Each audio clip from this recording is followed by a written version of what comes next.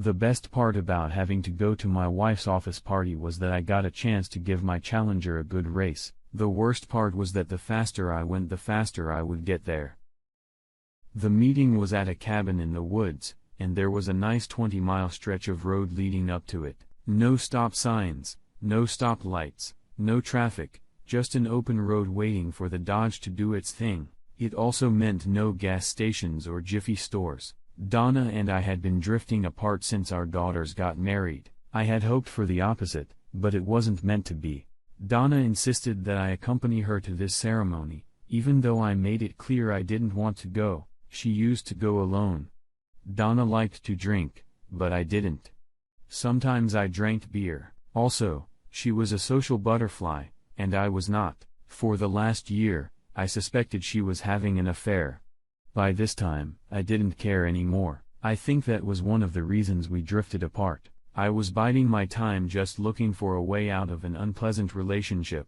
I needed a way to end it.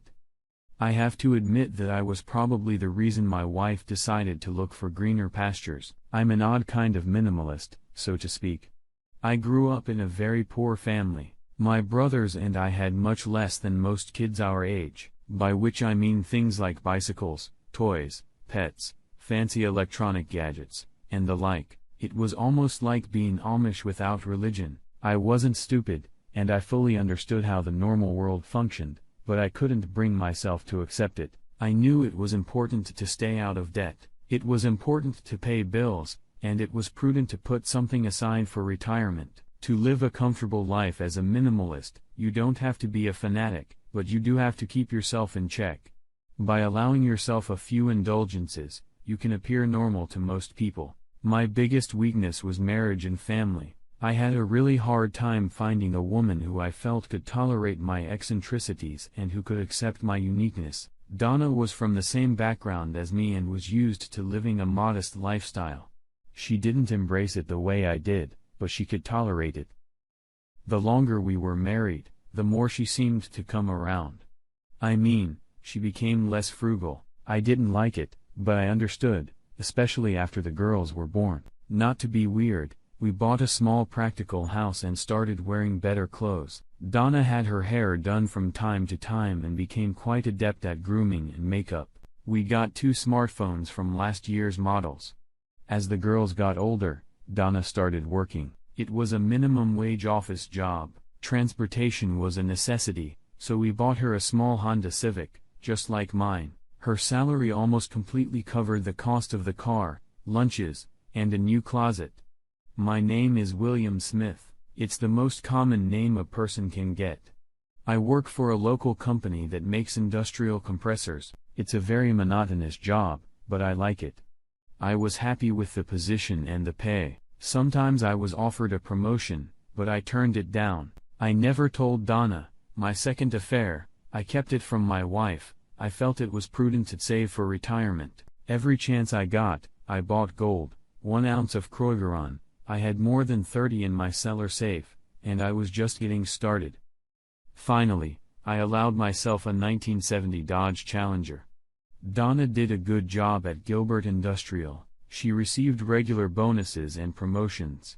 For the first year, she talked about her job quite a bit, but then that started to wane. Now she rarely mentions her job or the people she works with at all. I knew something was wrong, but I couldn't figure out what it was. Tonight, I was hoping to get a better understanding of the situation. The party was something of an outing. It was a weekend event. I felt out of place for even going to it. I dated all of her companions at one time or another, and I didn't like any of them. We pulled off the highway in Holbrook, and I was finally able to let the Challenger accelerate. Donna was uncomfortable with the speed, but she held her tongue. Yes. I was speeding, but I didn't care. Bill, what's the rush? We've got plenty of time to get there. Why don't you slow down a little? I'm not anxious to get there. You know, damn well, I didn't want to go at all. I'm just using this time to clean the engine. A car needs a run now and then. Please try not to ruin my mood. This weekend is important for my career. Why? What do you mean? Why is it so important for me to attend this corporate event? I don't understand, Bill. You need to fully understand my new position in the company so you can give me the attention and support I need to do my job. I still don't understand. I'm sure Mrs. Simpson will be able to explain it to you when we get there. Marge Simpson was the wife of company president, Glenn Robertson Simpson. It was old money and old business. I've always supported you in the past. What's changed? My new position has many unique responsibilities. Marge said you should gradually familiarize yourself with them so that you fully understand them. It may be difficult to understand at first, but she assured me that you will come to understand. By the time we got to the lodge, my adrenaline was going off the charts. It didn't take a genius to realize what Donna was trying to say. The weekend promised to be interesting. When we arrived, Donna entered the lodge leaving me to carry the bags. I felt like I'd been put on the spot. Hey. Nice wheels, Mr. Smith. That was Toby Wallace, the only decent worker in their office. Hello, Toby. How's it going? Toby introduced me to his wife, Bonnie. They were sitting on the front porch, but it seemed like everyone else was inside. I looked around the parking lot and estimated that there were about 16 cars and one shabby old truck at the end of the lot. For the next 5 minutes, we talked about the Challenger. What are you doing outside? Why aren't you and Bonnie inside with the others? They're not our kind of people, Mr. Smith. We were hoping to leave early, but Mrs. Simpson insists we stay. We came in early today to help set things up. All the vendors left about an hour ago. You'll have to explain yourself what's going on. Something suspicious, but I don't know exactly what it is. I don't want to set you, but I think it has something to do with your wife. Are you staying the whole weekend? My truck on the side of the road so I won't have to worry when we leave. This was getting more interesting by the minute. Alright, I better get this stuff to our room. Let me know before you leave. Okay? Sure, Mr. Smith. Be careful. Don't do anything stupid. Fortunately, it was only 2 small bags. As I walked into the cabin, Mrs. Simpson caught my eye, smiled and waved. Donna was waiting for me at the top of the stairs and looked a little annoyed that it had taken me so long to get in. It's about time, Bill. We have a few hours to get ready for tonight. Get yourself cleaned up and put on something presentable. It's going to be a special night, and I want it to be perfect. If you don't mind, I'm going to take a little walk around the house to calm down. I'll be right back. I noticed I smirked as I left the room. There was a slight chill that made my walk a little more pleasant. By my count, there were indeed 16 cars. They were mostly Mercedes, a few Jaguars, and a Lexus. 4 of the cars had out-of-state license plates. I was a little confused trying to figure out how a woman in my wife's position could possibly match up with people of this caliber. Or rather we were definitely out of the level of these people. Something was not right. I noticed Toby and Bonnie loading their bags into the truck. I waved and walked over to chat. I see Mrs. Simpson has decided to let you go. Not quite. We're kind of slipping away. I'm not comfortable here, Mr. Smith. Toby thought maybe we should stay, but I talked him out of it. Bonnie added hastily. Could you do me a small favor and stay here until after the buffet tonight? I'm a little nervous too, and I'd really appreciate it. I have no idea what's going on, but I don't like it. Great minds think alike. Don't they, Bonnie? She blushed slightly at my pathetic attempt at humor. I think we can. There'll be crabs and oysters at this point. Toby think I'm gonna like it. I dressed as my wife insisted. Before we reached the buffet, the hostess took me under her arm and led me into a quiet alcove. We're so glad you decided to come tonight to support Donna. This is a big step in her career, and it's important that she has your full support. The pay and benefit increases are very significant, and I'm sure you will be pleased with that. Pardon me for asking, but what position are we talking about? Donna was a little evasive. When I ask her about it, she usually just waves me off and tells me to wait until tonight. It's okay, William. I think she just wants to surprise you. You didn't answer my question. There's no official name. I guess you could just say she's the personal assistant. I see. Well, the buffet looks good. Thank you for the explanation, Mrs. Simpson. Marge, please call me Marge. I spent the next hour or so trying everything on the line. Donna was busy socializing with important people, so Toby, Bonnie and I were able to spend a little more time together. We were just packing up when Mrs. Simpson came in. William, Donna said you came by tonight in your sports car. I was wondering if you could take us out for a little run with a drink. I smiled and nodded. There are 3 cases of wine at the ABC store in Holbrook. They're already paid for, so all you have to do is come and pick them up. There shouldn't be any problems, but if there are, just give me a call. Make sure you bring your cell phone. I'd be happy to, Marge. I'll let Donna know, and I'll be on my way. When she left, I looked at Toby. I'll meet you outside in 5 minutes. Donna only smiled when I informed her that Mrs. Simpson had asked me to help. Her only comment was, "Don't forget your phone." Interestingly, they both emphasized the same thing. "Toby, I need a favor." He smiled as I tossed him the keys to the Challenger. "Are you serious?" "Go to Holbrook and buy 3 cases of wine from the ABC store for Mrs. Simpson. I have a feeling there might be some kind of problem that will cause a delay, if you know what I mean." Toby smiled and nodded. "Here's my cell phone. Just put it on the dashboard. If it rings, don't answer it. Whatever you do, don't turn it off. Questions? How long do you want us to stay away?" "At least 2 hours and fill up on gas before you head back. Enjoy it." It was a little chilly outside, but I had thoughtfully put on a comfortable jacket. Now all I had to do was wait and watch. From various spots on the back porch, I could see most of the inside of the cabin. A thermos of coffee would have come in handy, but I hadn't planned that ahead of time. I found a convenient spot from which I could look inside without being seen. Donna found herself the center of attention. She smiled, laughed, and embarrassed herself like a movie star. After about 20 minutes, Mrs. Simpson and Donna looked intently at Donna's cell phone. I knew exactly what they were doing. Checking my location. "Well, thanks to Toby. I'm almost to Holbrook." They both smiled as Mrs. Simpson raised her hand and began to speak. Unfortunately, I couldn't make out what was being said, but everyone in the room seemed to quietly approve of what they were hearing. It was like soft applause. Glenn Robertson Simpson walked over and took Donna's hand. They started up the main staircase and stopped. He raised his and her hands up as in a victory salute, and they both laughed. As they climbed the stairs, I could hear cheers of joy in the room. It was about an hour and a half before the Challenger returned.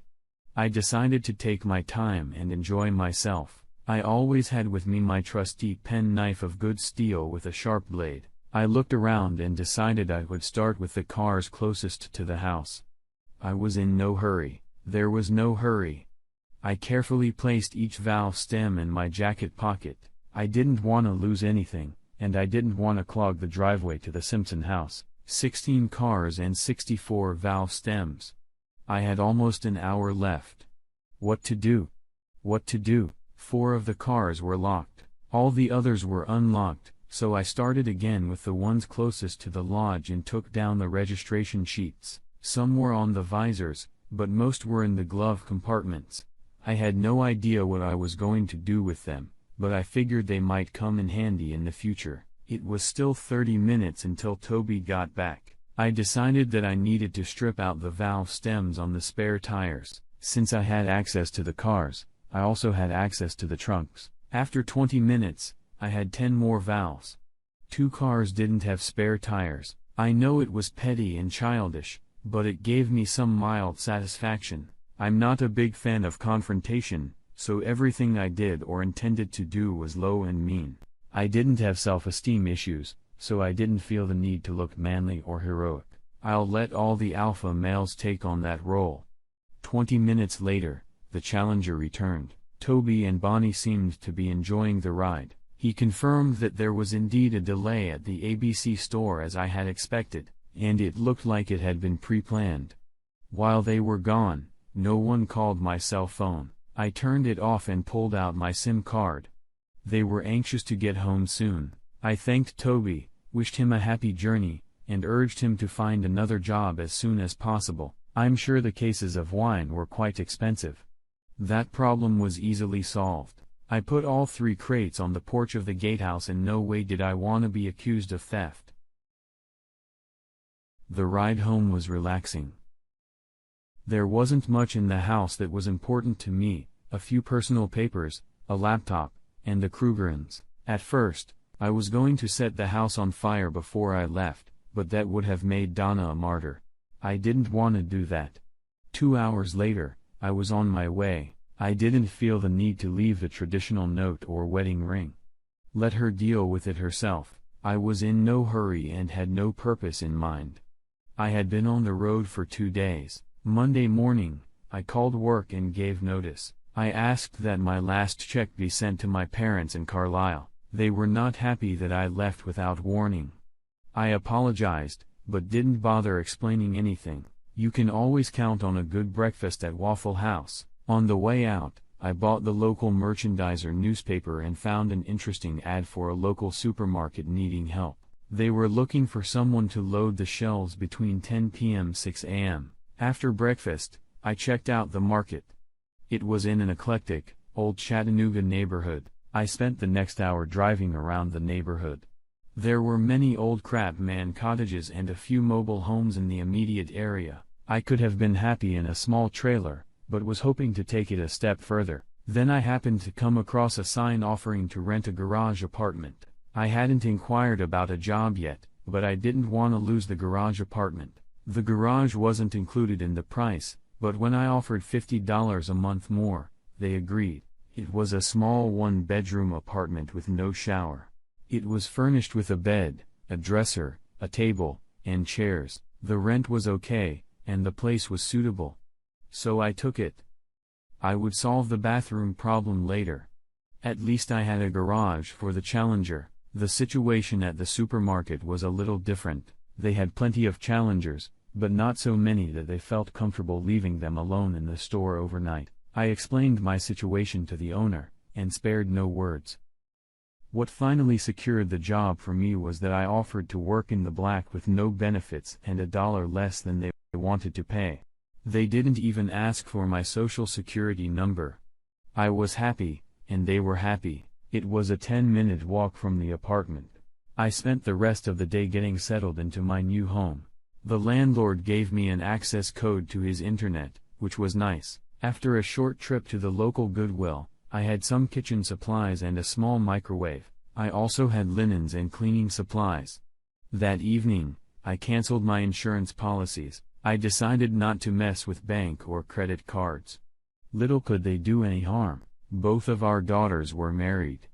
That made my departure a little easier. No grandchildren yet, but I'm sure it won't take too long. I called my daughter, Laura, and let her know that I was okay. I asked her to be available to help her mother if needed. Laura knew I was gone, but Donna gave her no other information. She promised to break the news to her sister Linda. I deleted all calls from my wife and turned my phone off again. I needed to take a shower. Maybe tomorrow. Not everything was perfect. I needed to find a safe place for my gold. I know what I had wasn't considered essential, but it was important to me. For some strange reason, I got a safe deposit box in Huntsville, Alabama. I hoped that it wouldn't be linked to me in Chattanooga. Of course, I was completely wrong, but I wanted to at least try. The drive was almost 2 hours, but that's what I figured. The garage door at the apartment was pretty secure, but I installed a new deadbolt and heavy-duty lock just to make sure. I needed to be protected. It didn't take me long to settle into my new job. I had a man working with me the first 3 nights, and then they left me alone. After the first 2 weeks, I had everything under control. For $20 a month, I got a membership to the Planet Fitness Club, which solved my shower problem. I would start work at 10 at night and finish at 6. Next was a 20-minute jog or a 30-minute walk to the Planet. Initially, I only used the shower, but gradually, I started using some exercise equipment. By the end of first month, I was working out at the gym for almost 2 hours every day. I felt better and lost a little weight. I never considered myself heavy, but I was a little flabby. I was happy with my new job. It was monotonous, but also different. It's hard to explain, but I'm sure you'll see what I mean. I did my job and I was left alone. The gym was also a good choice. I decided which exercises I liked and which ones I should avoid. I didn't have a TV, but I had a used desktop computer with a good monitor. I didn't cook much, but I found that my eating habits had changed a bit. Although it wasn't my intention, I found myself drifting towards a keto diet. After 3 months, I felt better and lost weight. It was time to reach out to my daughters again. This time, I called Linda. "Hi. Linda, it's your father. Well, it's about time. We've all been worried about you. Are you okay?"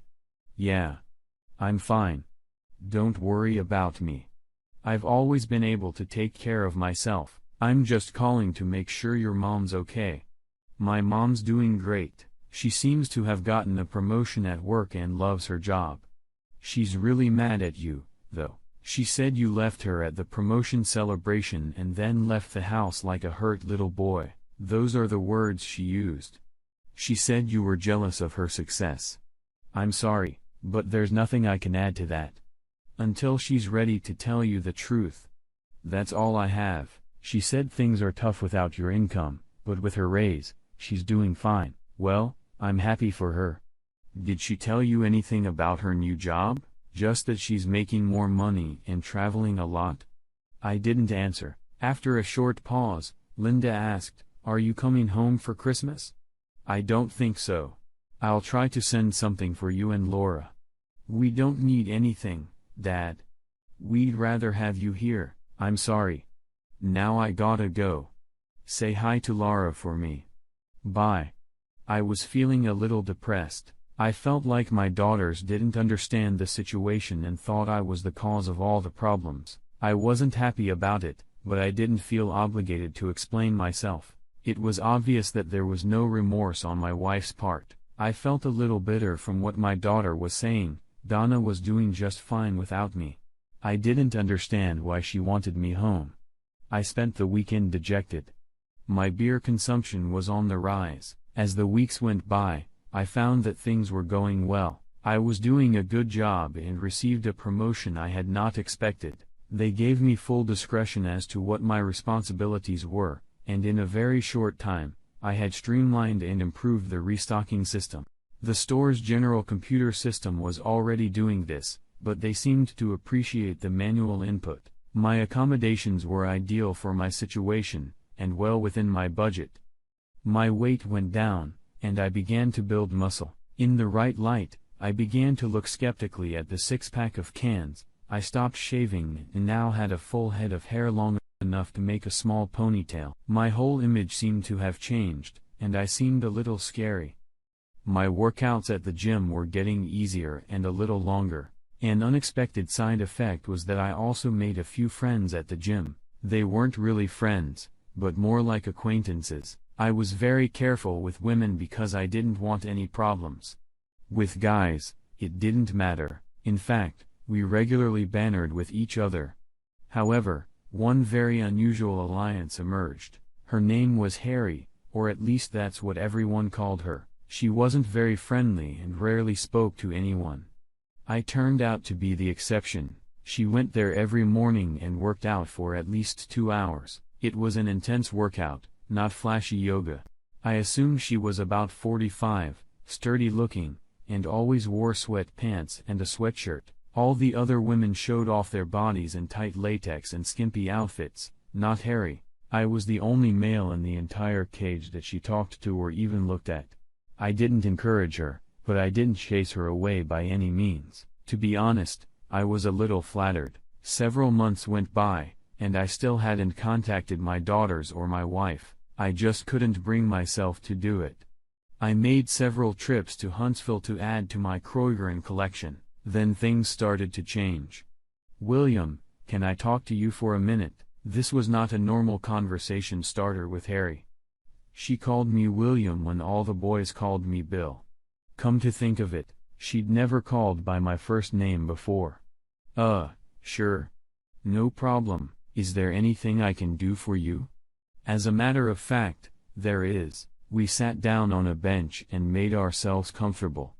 I have a corporate meeting I have to attend Friday night, and I need an escort. I'll cover all expenses and I just need you to come with me. I noticed that you don't drive, so I will also provide transportation. If necessary, I can reimburse the expenses.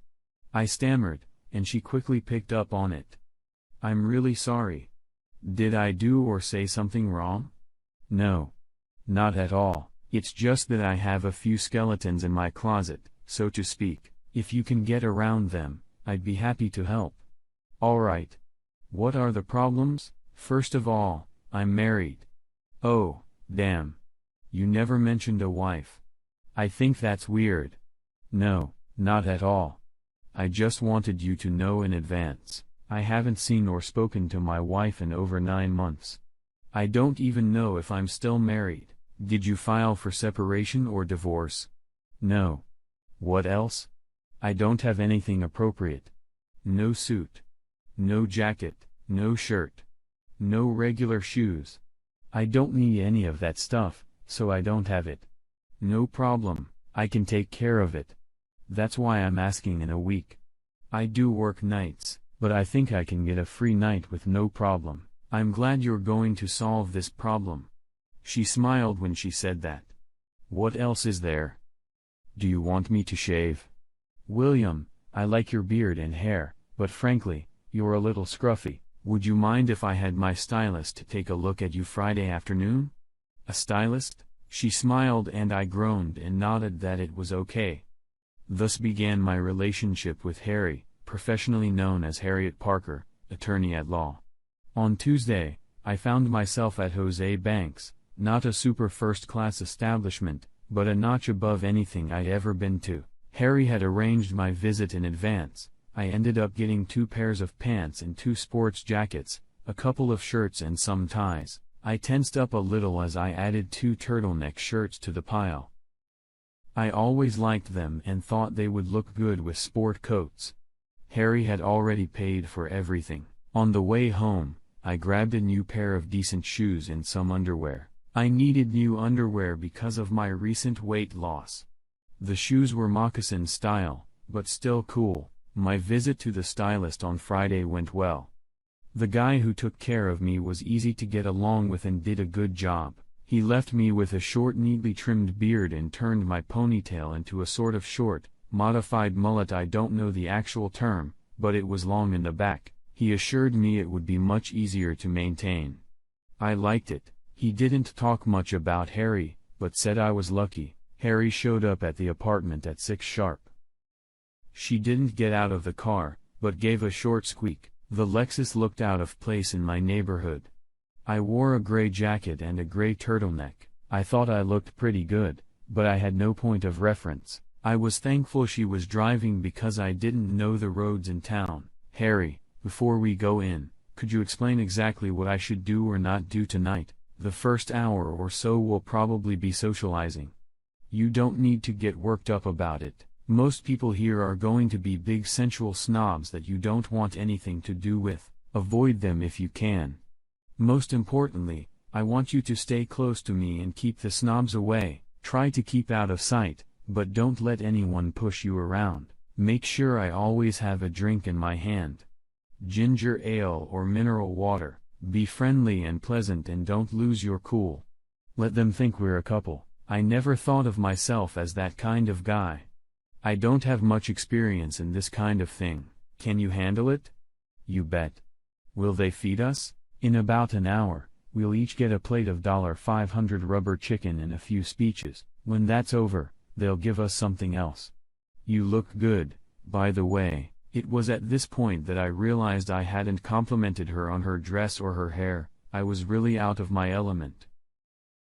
The first part of the evening went exactly as she explained. I found that my role was easier than I had expected. The room was full of single men, all wearing expensive suits and carrying large watches.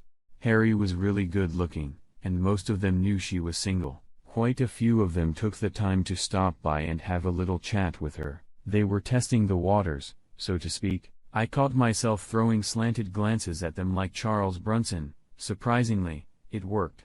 Every time I stepped away from her to refresh her drink, another vulture swooped in. Some of them brought her drinks, which she calmly handed to me to dispose of. Harry glanced at me a couple times and sort of smiled. Finally, we sat down. 300 chicken lunches came out of nowhere. It was a pathetic plate. I'm not what you'd call a picky eater, but this was different. I kept thinking about the $500. Harry leaned over to me. "William, do you want to leave this place?" I didn't answer her. I just stood up, took her hand, and we left quietly. I don't think anyone even noticed. When we entered the garage, she dropped her shoes and tossed me the keys to the Lexus. "Find us some real food, William."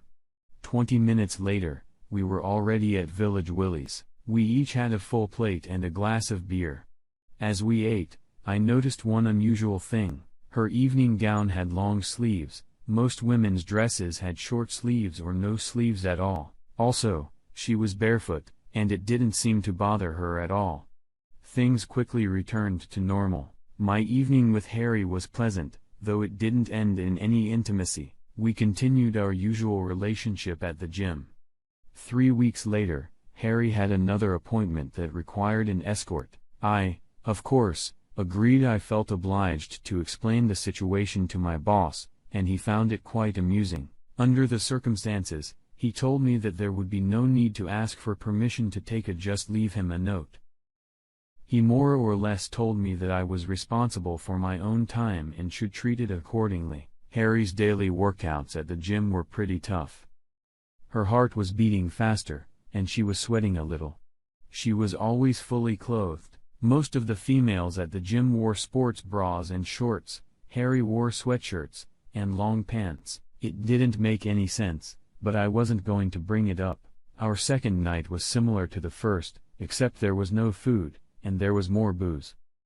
More booze meant more lizards snooping around. Every other guy who approached brought a fresh drink.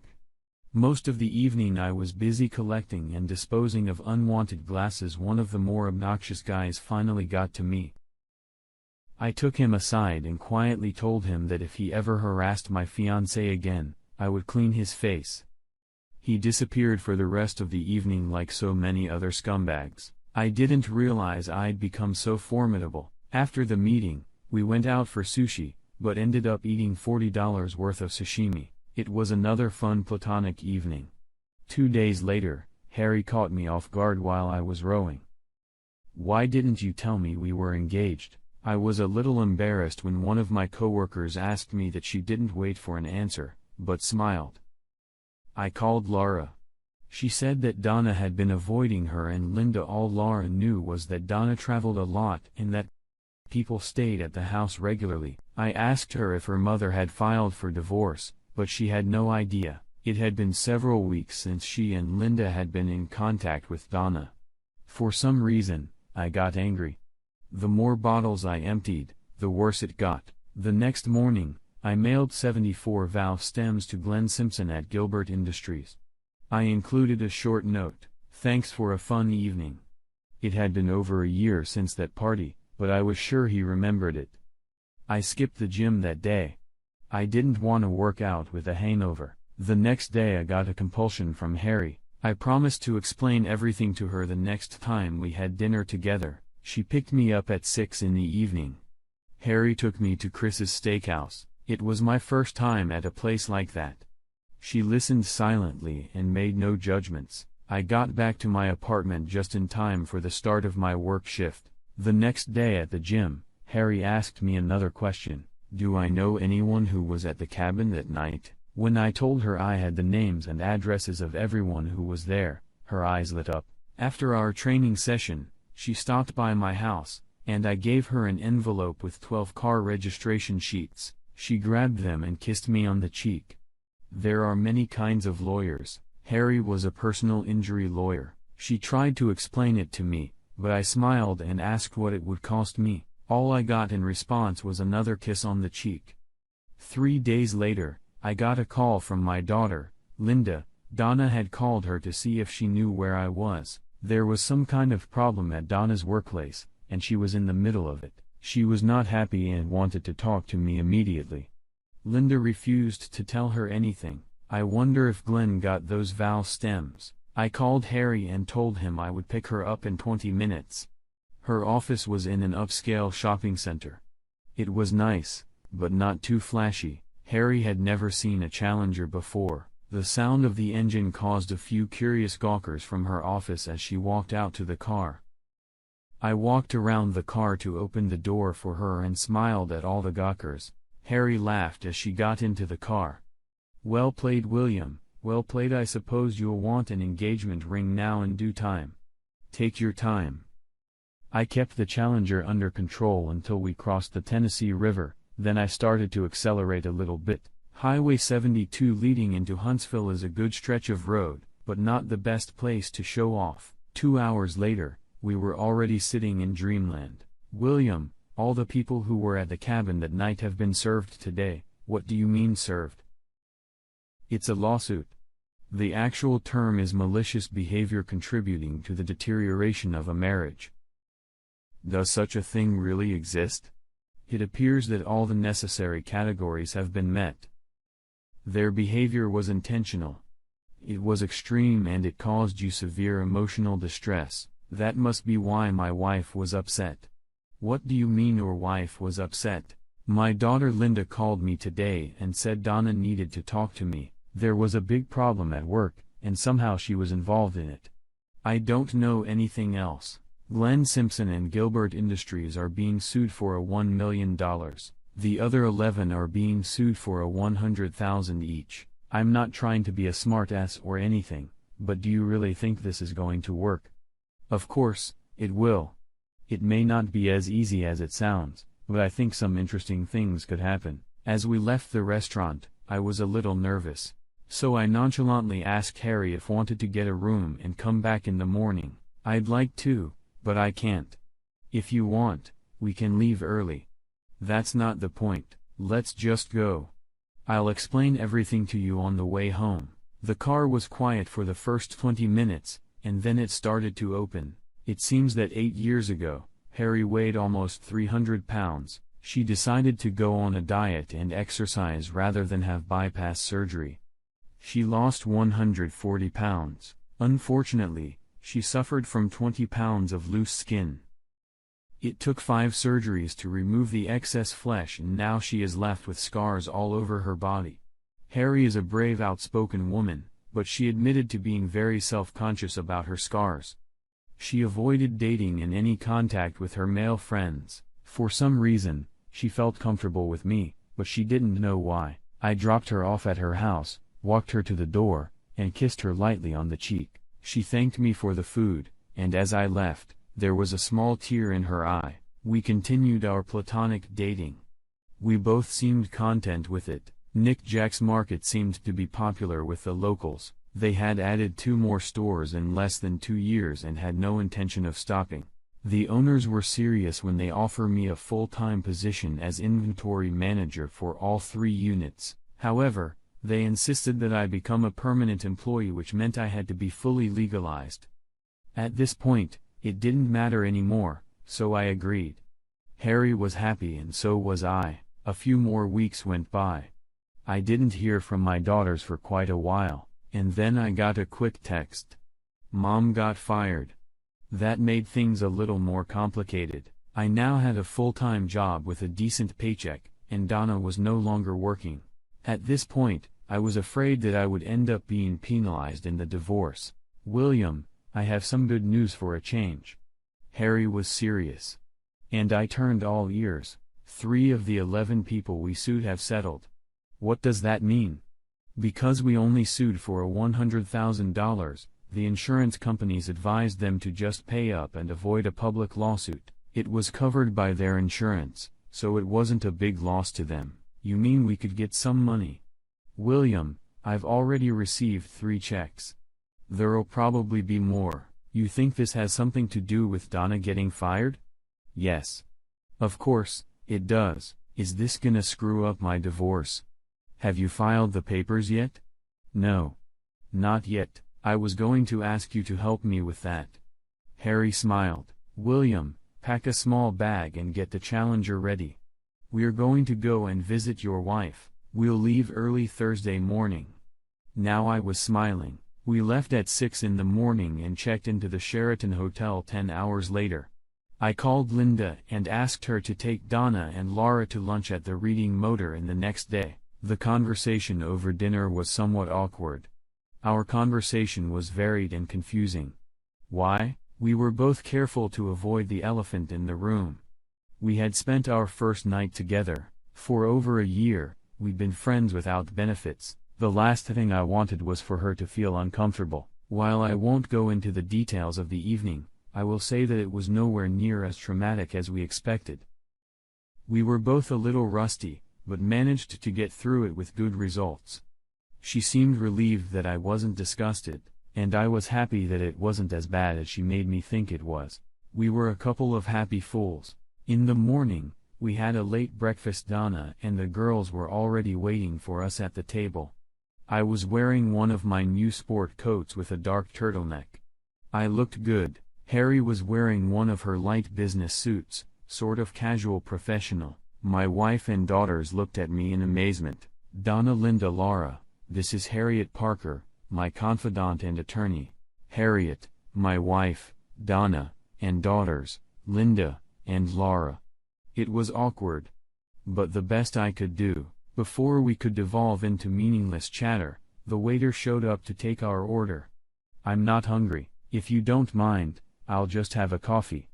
Donna was the first to break the silence. I quickly looked around the table and came to the same conclusion. Why don't you just bring us 5 cups of coffee and leave the coffee pot on the table? The waiter nodded and everyone seemed to breathe a sigh of relief. It's good to see you again, Bill. Could you tell us about what you've been up to the last few years?